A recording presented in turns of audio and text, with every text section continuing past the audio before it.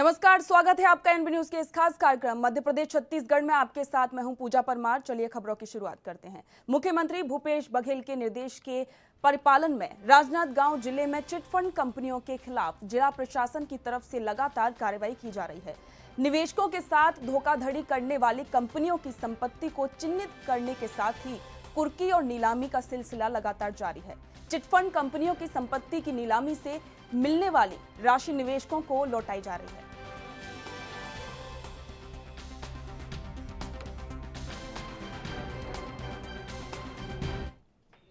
छत्तीसगढ़ में खरीफ विपणन वर्ष 2021 और 22 के लिए 1 दिसंबर से शुरू हुआ धान खरीदी के बीते दिन 3 दिनों में 4,19,135 मीट्रिक टन धान की समर्थन मूल्य पर खरीदी की जा चुकी है।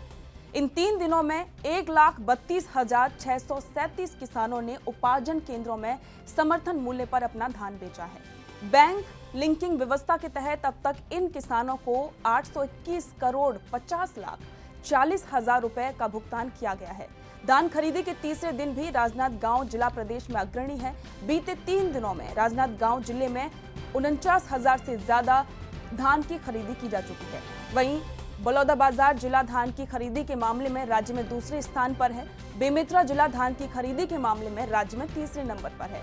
समर्थन मूल्य पर धान बेचने को लेकर किसानों में उत्साह है। उपार्जन केंद्रों में भी टोकन के आधार पर किसान धान बेचने के लिए पहुंच रहे हैं। मुख्यमंत्री भूपेश बघेल के निर्देशानुसार खरीदी केंद्रों में किसानों की सहूलियत और धान खरीदी की व्यवस्था का जायजा लेने के लिए वरिष्ठ प्रशासनिक अधिकारी लगातार केंद्रों का दौरा भी कर रहे हैं।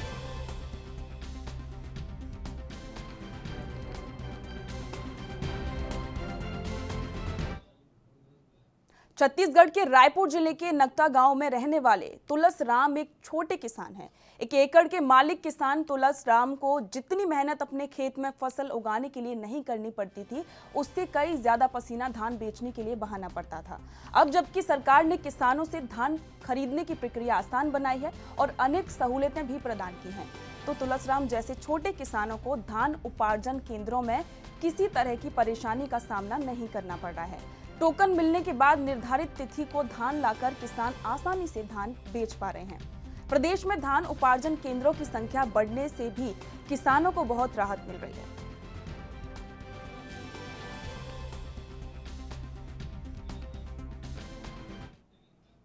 मध्य प्रदेश के ग्वालियर जिले में केंद्रीय कृषि मंत्री नरेंद्र सिंह तोमर ने कहा कि फसलों के लिए एमएसपी पहले ही था और आगे आने वाले दिनों में भी रहेगा। इसके अलावा इसे और अधिक प्रभावी और पारदर्शी बनाने के लिए पीएम नरेंद्र मोदी ने एक समिति का गठन भी किया है।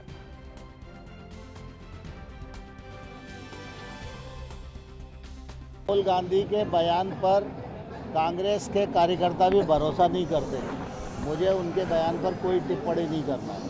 एमएसपी गारंटी पर सरकार क्या विचार कर रही है? एमएसपी जारी थी, आने वाले कल में भी जारी रहेगी। प्रधानमंत्री जी ने एमएसपी पर विचार करने के लिए और प्रभावी बनाने के लिए, पारदर्शी बनाने के लिए कमेटी बना दी है। वो कमेटी आगे विचार करेगी। खाद को लेकर किस तरह से आप खाद की किल्लत कैसे हो रही है? अरे फर्टिलाइज़र के मामले में किसानों को किसी भी प्रकार की कोई कमी नहीं आने दी जाएगी। सरकार पूरी तरह गंभीर है। पहले भी फर्टिलाइज़र पूरा मिला है और आगे भी मिलेगा। मध्य प्रदेश में मायावती जी ने बसपा पुलिस उतार दी है मध्य प्रदेश के अंदर। उनका कहना है कि मध्य प्रदेश में मायावती जी ने बसपा पुलिस उतारी। उनका कहना है हमें 3 स्टार पूछकर अपने लोगों को उतारना होगा। मेरी जानकारी में नहीं है कि कौन सी पुलिस उतारी है। पुलिस तो मध्य प्रदेश की होगी, बाकी दूसरी किसी राज्य। मध्य प्रदेश के इंदौर के नेहरू स्टेडियम में जननायक टंट्या मामा स्मृति समारोह का आयोजन किया गया। इसके पहले पाताल पानी में टंट्या मामा की प्रतिमा का अनावरण किया गया। कार्यक्रम में शामिल होने के लिए अतिथियों के इंदौर पहुंचने का सिलसिला शनिवार सुबह से ही शुरू हो गया था। राज्यपाल मंगू भाई पटेल, मुख्यमंत्री शिवराज सिंह चौहान, प्रदेश भाजपा अध्यक्ष वीडी शर्मा सुबह इंदौर पहुंचे। यहां से पाताल पानी गए और जननायक टंट्या मामा की नवीन कांस्य मूर्ति का अनावरण किया। राज्यपाल, मुख्यमंत्री और प्रदेशाध्यक्ष ने टंट्या मामा के चरणों में पुष्पमाला अर्पित की। टंट्या मामा ने जन्म लिया और ये वो धरती है। अंग्रेजों में हिम्मत नहीं थी कि फांसी के बाद जननायक क्रांति सूर्य टंट्या भील के शरीर को वो लोगों को सौंप पाते, और इसलिए यहाँ उनके पवित्र पार्थिव शरीर को वो डाल के चले गए। हमारे ऐसे टंट्या मामा जिन्होंने शोषण के खिलाफ लड़ाई लड़ी, जिनने अत्याचार के खिलाफ लड़ाई लड़ी, जिनने अन्याय के खिलाफ लड़ाई लड़ी, और अंग्रेज जिन्होंने इस धरती पर कब्जा कर लिया था, भारत माता के पैरों से गुलामी की जंजीरें काटने के लिए हथियार उठाए टंट्या मामा ने। वो वीर बहादुर क्रांति सूर्य जिसके नाम से इंग्लैंड तक में अंग्रेज घबराते थे, वो वीर टंट्या भील, वो वीर टंट्या भील कि जिनको पकड़ने के लिए अंग्रेजों ने अलग टंट्या पुलिस बनाई। उनको पता था कि सामान्य पुलिस की पकड़ में, इसलिए टंट्या पुलिस बनाई, और वो टंट्या पुलिस भी टंट्या मामा को नहीं पकड़ पाई। तब एक गद्दार को मिला के, मैं उसके विस्तार में नहीं जाना चाहता, जिसने गद्दारी की, अपनी मोहबोली बहन को राखी बांधने आए थे टंट्या भील। अंग्रेज वैसे नहीं पकड़ पाते, लेकिन एक गद्दार ने गद्दारी की और उसी ने पकड़वा दिया। क्या है? भारत के यशस्वी प्रधानमंत्री श्रीमान नरेंद्र मोदी जी ने तय किया है कि जितने ऐसे शहीद हैं वो जनजातीय समाज के हो, बाकी हो, उन सबके उपासना स्थल बनेंगे, उन सबके स्मारक बनेंगे, उनकी प्रतिमा लगेगी। और इसलिए प्रधानमंत्री जी की प्रेरणा से मैं कहता हूं, शहीदों की चिताओं पर लगेंगे अब हर बरस मेले, वतन पर मरने वालों का यही बाकी निशा होगा, यही बाकी निशा होगा। और यहां भी पूछा दीदी, 4 दिसंबर के दिन हर साल मेला लगेगा, मेला। टंट्या मामा की पूजा होगी, उनकी वीरता की उपासना होगी, ताकि हम उनसे देशभक्ति की प्रेरणा ले सकें। और इस स्थल का और विकास करने के लिए यहाँ पर्यटन स्वागत केंद्र बनेगा, निर्माण के और विकास के और काम होंगे। यहाँ आदिवासी म्यूजियम बनाया जाएगा, लाइब्रेरी का निर्माण होगा, स्वतंत्र वाटिका का विकास होगा, फेंसिंग विद्युतीकरण और अन्य विकास के काम किए जाएंगे। लगभग 4 करोड़ 55 लाख रुपए के काम और इस धरती पर किए जाएंगे। शनिचरी अमावस्या पर गृह मंत्री डॉक्टर नरोत्तम मिश्रा उज्जैन पहुंचे। सबसे पहले वे महाकालेश्वर ज्योतिर्लिंग के दर्शन करने पहुंचे। वे यहां करीब 40 मिनट तक रुके। यहां वे मंगलनाथ के दर्शन करने पहुंचे। यहां उन्होंने मंगलनाथ का अभिषेक और पूजा अर्चना की। गृह मंत्री यहां से सीधे त्रिवेणी स्थित शनि मंदिर पहुंचे। उन्होंने शनिदेव का अभिषेक और पूजा अर्चना की। धार्मिक यात्रा पर उज्जैन आए प्रदेश के गृह मंत्री डॉक्टर नरोत्तम मिश्रा ने कहा कि ओमिक्रॉन से पहले प्रदेश को डरने की जरूरत नहीं है। उन्होंने आगे कहा कि सरकार के पास पर्याप्त मात्रा में सभी व्यवस्था है और साथ ही आगे भी इसके लिए सरकार सतर्क है और कार्रवाई करती रहेगी।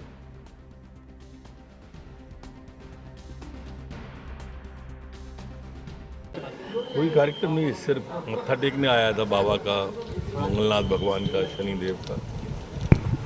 आज बाबा से अनुमति ली। आज वृश्चिक में भगवान मंगलनाथ आ रहे हैं। आज शनि अमावस्या है। बलिदान दिवस मनाया जा रहा है, टंट्या भील जी का बड़ा कार्यक्रम होने जा रहा है, क्या कहेंगे? शहीदों को नमन करने की भारतीय जनता पार्टी की पुरानी परंपरा है। प्रधानमंत्री जी चूँकि ये वर्ष शहीदों को समर्पित कर रहे हैं, तो इसलिए जबलपुर में माननीय अमित शाह जी आए थे, भोपाल में माननीय प्रधानमंत्री जी आए थे, आज मुख्यमंत्री जी है जो टंट्या मामा को श्रद्धा सुमन अर्पित करेंगे, उनकी मूर्ति का अनावरण करेंगे। 1 लाख लोग लगभग कार्यक्रम में रहेंगे। सर, ओमिक्रॉन को लेकर देश भर में दहशत है। उज्जैन में जो है महाकाल मंदिर का गर्भगृह खोला जा रहा है 6 तारीख से, क्या कहना है सर इसको लेकर? और अब जो क्या कोई गाइडलाइन भी? देखिए, दहशत की आवश्यकता नहीं है किसी भी चीज़ की। सरकार पूरी तरह से अलर्ट मोड पे, सरकार की तैयारियां पूरी हैं। संपूर्ण प्रदेश के अंदर अधिकांश जिलों में ऑक्सीजन प्लांट चालू हो गए। 1-2 हैं वो एक्टिवेट हैं, प्रोसेस में है। पर्याप्त रेमडेसिविर है, पर्याप्त ICU है, पर्याप्त बेड है। छत्तीसगढ़ के नगरीय प्रशासन एवं विकास श्रम मंत्री डॉक्टर शिव कुमार डहरिया का रायपुर जिले के विकासखंड आरंग के ग्राम बेनीडी में जोरदार स्वागत किया गया। ग्राम बेनीडी में छत्तीसगढ़ निषाद समाज परिक्षेत्र आरंग के नवनिर्वाचित पदाधिकारियों का शपथ ग्रहण समारोह आयोजित किया गया था। कार्यक्रम में डॉक्टर डहरिया ने नवनिर्वाचित पदाधिकारियों को समाज के हित में निष्ठा से कार्य करने की शपथ दिलाई। कार्यक्रम की अध्यक्षता निषाद समाज रायपुर के सचिव रामप्यारे निषाद ने की। कार्यक्रम को संबोधित करते हुए मंत्री डॉक्टर डहरिया ने कहा कि निषाद समाज के लोग बहुत ही मेहनती और पुरुषार्थी हैं। उन्होंने कहा कि मत्स्य पालन के क्षेत्र में निषाद समाज का महत्वपूर्ण योगदान है। मत्स्य पालन कृषि के समान ही है। छत्तीसगढ़ शासन ने मत्स्य पालन को कृषि का दर्जा दिया है। इससे निषाद समाज के लोगों को लाभ मिलेगा। उन्होंने कहा कि समाज के लिए हर संभव सहयोग दिया जाएगा। कार्यक्रम में छत्तीसगढ़ के गीत एवं लोक नृत्य राउत नाचा की भी शानदार प्रस्तुति दी गई।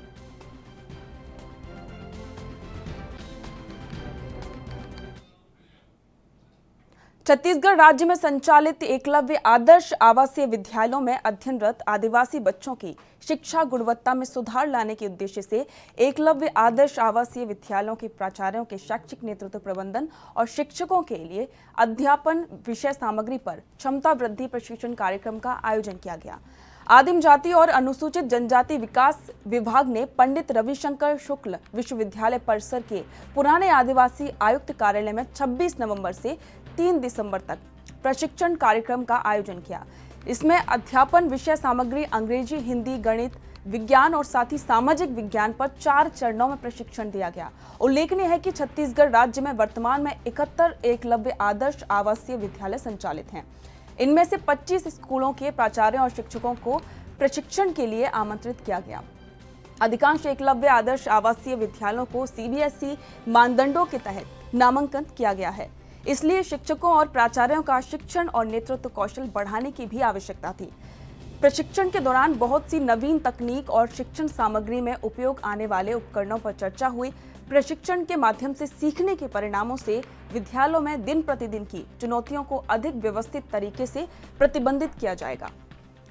विशेष रूप से छत्तीसगढ़ के आदिवासी विकास खंडों में शिक्षा का मुख्य उद्देश्य शिक्षण तकनीक में कौशल विकास और साथ ही अनुभव का अभ्यास कराया जाए।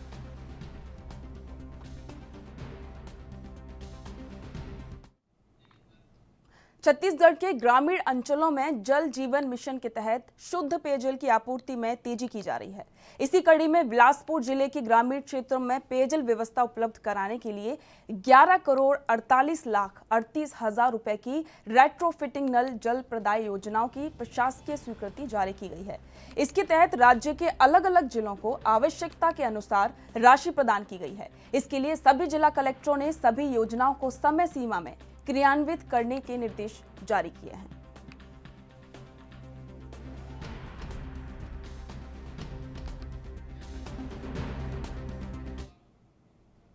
कोविड-19 संक्रमण की रोकथाम और बचाव के लिए छत्तीसगढ़ में टीकाकरण अभियान जोर शोर से चलाया जा रहा है।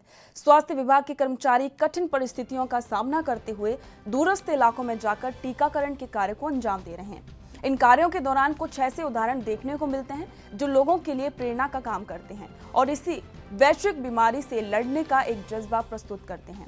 मुंगेली जिले में टीकाकरण के लिए चलाए जा रहे जागरूकता अभियान से प्रेरित होकर ग्राम सूरीघाट की 102 साल की बुजुर्ग महिला जेठियाबाई ने अपने रिश्तेदारों के साथ टीकाकरण केंद्र पहुंचकर कोविड-19 से बचाव के लिए दूसरा टीका लगवाकर समाज के अन्य लोगों के लिए प्रेरणा स्रोत बनी है। इस पर जिले के कलेक्टर अजीत वसंत ने बताया कि जेठियाबाई का ये संदेश घर घर तक पहुंचेगा। उन्होंने सभी पात्र लोगों को स्वयं की, परिवार की और साथ ही समाज की सुरक्षा के लिए टीका लगवाने की अपील की।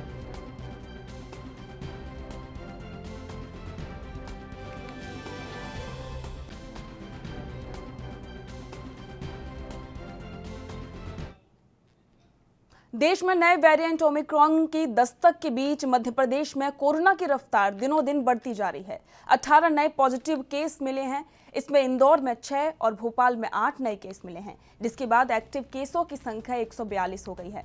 नवंबर के आंकड़ों पर गौर करें तो 16 दिनों में 245 कोरोना पॉजिटिव मिले। प्रदेश में पॉजिटिव दर बढ़कर 0.03 हो गई है। वहीं रिकवरी रेट 98 से ज्यादा बनी हुई है। मध्य प्रदेश में लगातार सामने आ रहे कोरोना मरीजों ने टेंशन बढ़ा दी है। रोजाना औसत 15 केस मिल रहे हैं।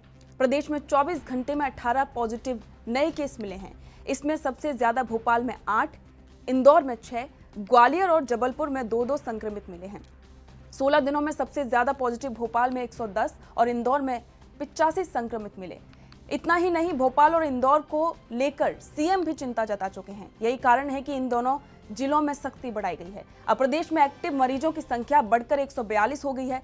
प्रदेश में अब तक 7,93,223 पॉजिटिव मिल चुके हैं। इनमें से 7,82,553 मरीज ठीक भी हो चुके हैं।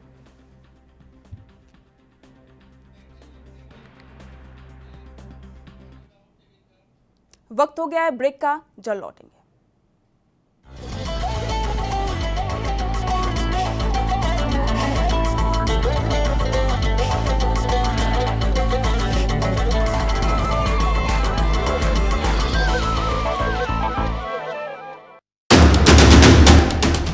राष्ट्र धर्म रात 8 बजे सिर्फ ANB न्यूज़ पर। ਮੁੱਖ ਮੰਤਰੀ ਚਰਨਜੀਤ ਸਿੰਘ ਚੰਨੀ ਦੀ ਅਗਵਾਈ ਹੇਠ ਪੰਜਾਬ ਸਰਕਾਰ ਨੇ ਲੋਕ ਹਿੱਤਾਂ ਲਈ ਲਏ ਕਈ ਫੈਸਲੇ। ਨਰਮੇ ਦੀ ਫਸਲ ਖਰਾਬ ਹੋਣ ਤੇ ਕਿਸਾਨਾਂ ਨੂੰ ਪ੍ਰਤੀ ਏਕੜ 17,000 ਰੁਪਏ ਅਤੇ ਨਰਮਾ ਚੁਗਣ ਵਾਲਿਆਂ ਨੂੰ 10% ਮੁਆਵਜ਼ਾ ਦਿੱਤਾ ਜਾ ਰਿਹਾ ਹੈ। ਕਿਸਾਨੀ ਸੰਘਰਸ਼ ਦੌਰਾਨ ਸ਼ਹੀਦ ਹੋਏ ਕਿਸਾਨਾਂ ਦੇ ਪਰਿਵਾਰਾਂ ਨੂੰ ਦਿੱਤੀ ਜਾ ਰਹੀ ਹੈ ਸਰਕਾਰੀ ਨੌਕਰੀ। ਪੂਰੇ ਪੰਜਾਬ ਵਿੱਚ 1 ਲੱਖ ਨੌਕਰੀਆਂ ਅਤੇ 36,000 ਕੱਚੇ ਮੁਲਾਜ਼ਮਾਂ ਨੂੰ ਪੱਕਿਆਂ ਕੀਤਾ ਜਾਵੇਗਾ। ग्रुप डी ਦੀ ਭਰਤੀ ਹੁਣ ਰੈਗੂਲਰ ਹੋਏ ਕਰੇਗੀ। ਆਊਟਸੋਰਸ ਵਾਲਾ ਕੰਟਰੈਕਟ ਵਾਲਾ ਕੰਮ ਖਤਮ। 2 ਕਿਲੋਵਾਟ ਤੱਕ ਦੇ ਲੋਡ ਦੇ ਖਪਤਕਾਰਾਂ ਦੇ 1500 ਕਰੋੜ ਰੁਪਏ ਦੇ ਬਿੱਲ ਮਾਫ ਕੀਤੇ ਗਏ। ਬਿਜਲੀ 3 ਰੁਪਏ ਪ੍ਰਤੀ ਯੂਨਿਟ ਘਟਾ ਕੇ ਪੰਜਾਬ ਬਣਿਆ ਸਸਤੀ ਬਿਜਲੀ ਦੇਣ ਵਾਲਾ ਦੇਸ਼ ਦਾ ਮੋਹਰੀ ਸੂਬਾ। 2,85,000 ਬੇਜ਼ਮੀਨੇ ਅਤੇ ਖੇਤ ਮਜ਼ਦੂਰਾਂ ਦੇ ਕਰਜ਼ੇ ਮਾਫ ਕੀਤੇ ਜਾਣਗੇ। 1168 ਕਰੋੜ ਰੁਪਈਆ ਜਿਹੜਾ ਪਿੰਡਾਂ ਦੀਆਂ ਪੰਚਾਇਤਾਂ ਪਰ ਖੜਾ ਸੀ ਉਹ ਵੀ ਖਤਮ ਕਰ ਦਿੱਤਾ। ਝੋਨੇ ਦੀ ਨਿਰਵਿਘਨ ਖਰੀਦ ਅਤੇ ਸਮੇਂ ਸਿਰ ਅਦਾਇਗੀ ਨੂੰ ਯਕੀਨੀ ਬਣਾਇਆ ਗਿਆ। ਜਿੰਨੀ ਫਸਲ ਇਸ ਸਾਲ ਵਧੀਆ ਚੱਕ ਹੋਈ ਹੈ 24 ਘੰਟੇ ਤੋਂ 48 ਘੰਟੇ ਦੇ ਵਿੱਚ ਪੇਮੈਂਟ ਹੋਈ ਹੈ। ਲਾਲ ਲਕੀਰ ਅੰਦਰ ਆਂਦੇ ਘਰਾਂ ਨੂੰ ਮਿਲ ਰਿਹਾ ਹੈ ਮਾਲਕਾਨਾ ਹੱਕ। ਪੂਰੇ ਪੰਜਾਬ ਦੇ ਵਿੱਚ 25,000 EWS ਦੇ ਮਕਾਨ ਬਣਾ ਕੇ ਗਰੀਬਾਂ ਨੂੰ ਅਸੀਂ ਦੇਣ ਲੱਗੇ ਹਾਂ। ਐਸੀ ਮਨਜ਼ੂਰੀ ਦੇ ਦਿੱਤੀ ਹੈ। ਕਿਸਾਨ ਜਥੇਬੰਦੀਆਂ ਦੀ ਮੀਟਿੰਗ ਦੌਰਾਨ ਕਿਸਾਨਾਂ ਦੀਆਂ ਲਗਭਗ ਸਾਰੀਆਂ ਮੰਗਾਂ ਨੂੰ ਕੀਤਾ ਪ੍ਰਵਾਨ। ਪੈਟਰੋਲ ਦੇ 10 ਰੁਪਏ ਅਤੇ 5 ਰੁਪਏ ਡੀਜ਼ਲ ਦੇ ਘਟਾ ਕੇ ਪੰਜਾਬ ਬਣਿਆ ਸਸਤੇ ਤੇਲ ਵਜੋਂ ਉੱਤਰ ਭਾਰਤ ਦਾ ਪਹਿਲਾ ਸੂਬਾ। ਰੇਤ ਦਾ ਪਿੱਟ ਦਾ ਰੇਟ ਕੀਤਾ 5.5 ਰੁਪਏ ਪ੍ਰਤੀ ਫੁੱਟ। ਸਾਰਾ ਰੇਤ ਮਾਫੀਆ ਖਤਮ। ਆਟੋ ਰਿਕਸ਼ਾ ਚਾਲਕਾਂ ਰੇੜੀਆਂ ਤੇ ਲੱਗੇ ਜੁਰਮਾਨੇ ਮਾਫ ਕੀਤੇ ਜਾਣਗੇ। ਪ੍ਰਾਈਵੇਟ ਬੱਸਾਂ ਦੀ ਧੱਕੇਸ਼ਾਹੀ ਤੇ ਲਗਾਈ ਲਗਾਮ ਅਤੇ ਟੈਕਸ ਭਰੇ ਬਿਨਾਂ ਸੜਕਾਂ ਤੇ ਨਹੀਂ ਉਤਰਨਗੀਆਂ ਬੱਸਾਂ। 842 ਨਵੀਆਂ ਬੱਸਾਂ ਲੈ ਰਹੇ 105 ਬੱਸ ਅੱਡੇ ਬਣਾ ਰਹੇ ਅਸੀਂ। ਮੁੱਖ ਮੰਤਰੀ ਚਰਨਜੀਤ ਸਿੰਘ ਚੰਨੀ ਅਤੇ ਪੰਜਾਬ ਸਰਕਾਰ ਦਾ ਇੱਕੋ ਸੁਪਨਾ, ਸਭ ਨੂੰ ਮਿਲੇ ਹੱਕ ਆਪਣਾ।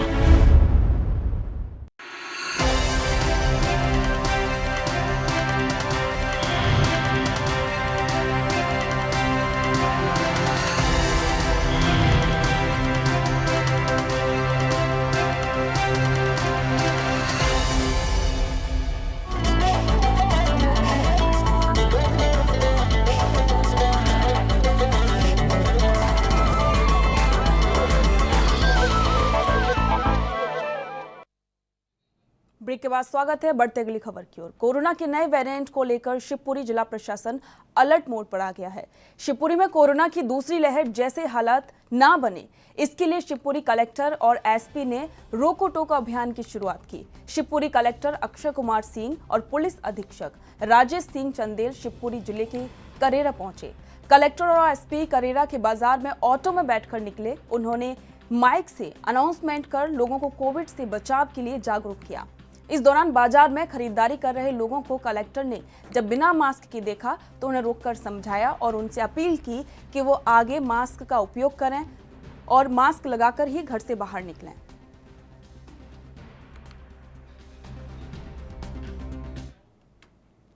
मध्य प्रदेश के इंदौर में आयकर विभाग के ऑफिस परिसर में the institute of chartered accountant of India के रीजनल और सेंट्रल काउंसिलिंग के प्रेसिडेंट और चेयरमैन पद को लेकर हो रहे चुनाव में वोटिंग हुई। इस वोटिंग में मंदसौर के लगभग 180 चार्टर्ड अकाउंटेंट वोट कर अपने चेयरमैन और प्रेसिडेंट को चुनेंगे।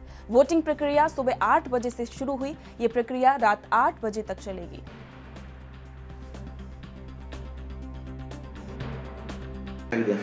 हाँ, ये मंदसौर चैप्टर का चुनाव है चार्टर्ड अकाउंटेंट इंस्टीट्यूट का 2021 का। इसमें यहाँ भी वोटिंग चालू है सुबह 8 से रात्रि 8 बजे तक। 179 वोट हैं यहाँ टोटल। अब उसमें से कितने डलते हैं शाम तक स्थिति क्लियर होगी और बहुत शांतिपूर्ण और अच्छे से चुनाव चल रहा है। सभी चार्टर्ड अकाउंटेंट्स यहाँ आके अपना मतदान का प्रयोग कर रहे हैं। Institute of chartered accountant India में रीजनल काउंसिल, सेंट्रल काउंसिल दो तरह के रिप्रेजेंटेशन होते हैं। रीजनल मतलब क्षेत्रीय और सेंट्रल मतलब केंद्रीय। रीजनल और सेंट्रल ये जोन में विभाजित रहता है। जैसे फॉर एग्जांपल अपना जो रीजन है यहाँ पे, जिसका मेन ऑफिस इंदौर रहता है, यहाँ पे जो रिप्रेजेंटेशन आता है राजस्थान, मध्य प्रदेश, छत्तीसगढ़, उत्तर प्रदेश, ऐसा कुछ स्टेट्स को मिला करके यहाँ पे कैंडिडेट जो है, जो हमारे फ्रेटर्निटी को रिप्रेजेंट करना चाहते हैं, वो अपना कैंडिडेचर डालते हैं और हम उनको प्रेफरेंस वाइज वोट देते हैं।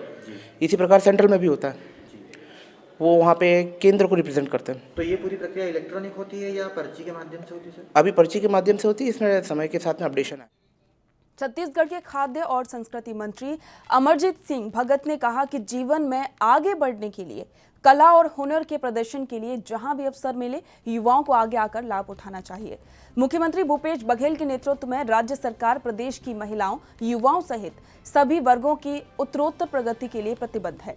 आज के युवा कल के भविष्य हैं। उन्हें अपने हुनर और कला का प्रदर्शन करते हुए हमेशा आगे बढ़ना चाहिए। खाद्य मंत्री भगत सरगुजा जिले के शासकीय उच्चतर माध्यमिक विद्यालय बतौली में आयोजित विकासखंड स्तरीय युवा उत्सव को संबोधित कर रहे थे। इस दौरान उन्होंने स्वेच्छानुदान से 207 हितग्राहियों को 16,25,000 रुपए की राशि के चेक भी वितरित किए।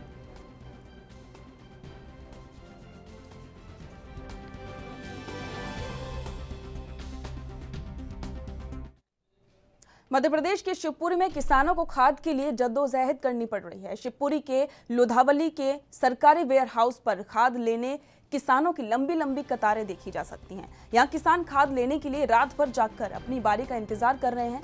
वहीं जिला प्रशासन भी इन किसानों को संस्थाओं पर खाद उपलब्ध नहीं करा रहा है, जिसके चलते आसपास के सैकड़ों किसान शिवपुरी के एकमात्र खाद के वेयर हाउस पर डेरा डाले हुए हैं। किसानों का कहना है कि अगर जिला प्रशासन संस्थाओं पर ही खाद उपलब्ध करा देता तो खाद के लिए जद्दोजहद नहीं करनी पड़ती। वहीं खाद वितरण प्रभारी का कहना है कि संस्थाओं द्वारा खाद वेयर हाउस में नहीं उठाई जा रही है, जिसके चलते किसान शिवपुरी वेयर हाउस पर आ रहे हैं।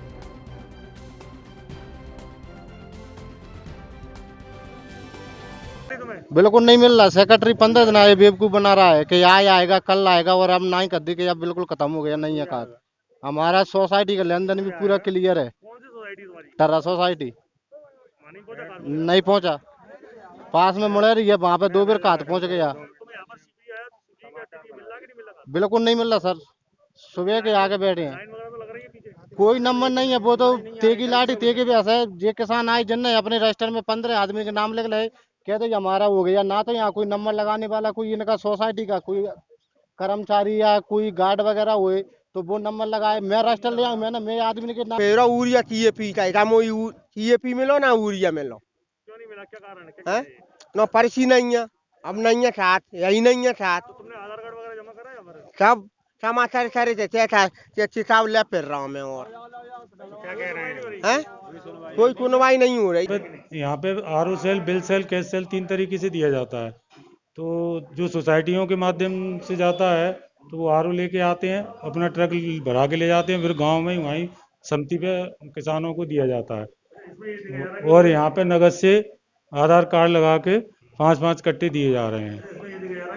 आसपास के कौन संस्थाएं हैं, उनके जो किसान हैं, उनसे संबंधित किसान को यहीं पर ही आपके यहाँ क्या कारण है यहाँ पे? वो क्या है कि RO बनवाते, जैसे उन्हें DAP का RO ले गए, फिर उसका समायोजन करने में उनको कुछ देर हो जाती है, ऐसा हो जाता है, तो किसान यहाँ।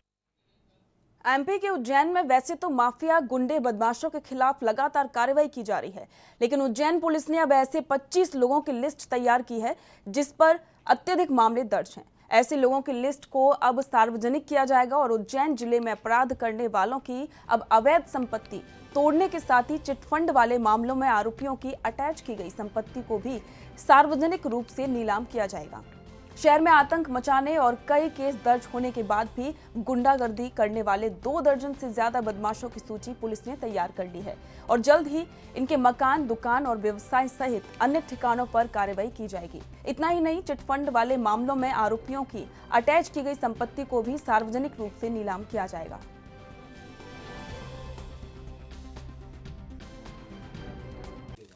देखिए, जो लोग ऐसे गंभीर अपराध जिनके 10 से अधिक गंभीर अपराध जिनके दर्ज हो चुके हैं अभी तक इनके विरुद्ध में, और उनमें से 1-2 अपराध जो है रिसेंट भी हैं, पिछले 1 साल के हैं, ऐसे लोगों की हम लोगों ने सूची तैयार करी है। पुलिस की तरफ से सूची आई है और उनका बहुत गहन परीक्षण करा के हम लोग जो भी उनकी अवैध संपत्तियां हैं, चाहे वो उनके आवासीय हों या फिर उनके जो व्यावसायिक संपत्तियां हों जिनसे कि कहीं न कहीं उनको आय जनरेट होती है, जिसका उपयोग जो है उनके द्वारा वापस क्राइम करने में किया जाता है।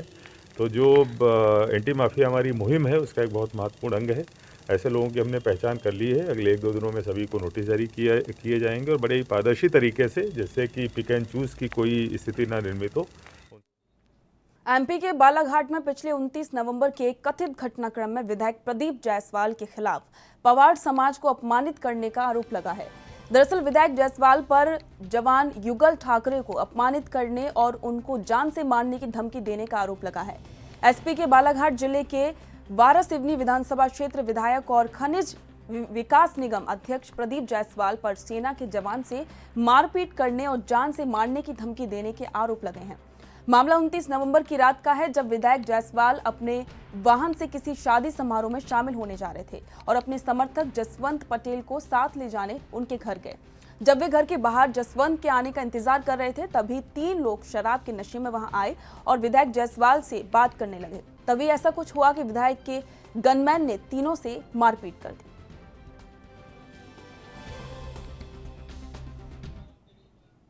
आप लोगों ने कई तरह की अजीबोगरीब कहानियां सुनी होंगी। ऐसा ही एक मामला मध्य प्रदेश के रीवा जिले से सामने आया है, जहां पर विद्यालय हनुमना में कई साल से राधा जायसवाल नाम की लड़की से स्कूल के शिक्षक और छात्र पूरी तरह से परेशान हैं। बताया जा रहा है कि लड़की कई साल से स्कूल में असामाजिक रूप से पहुंचती है और आए दिन महिला शिक्षकों और छोटे छोटे बच्चों के साथ मारपीट करती है।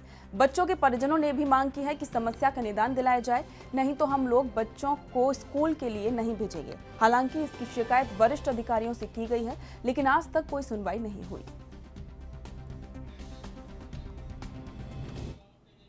और इसी के साथ मध्य प्रदेश छत्तीसगढ़ में फिलहाल इतना ही। देखते रहिए ANB न्यूज। नमस्कार।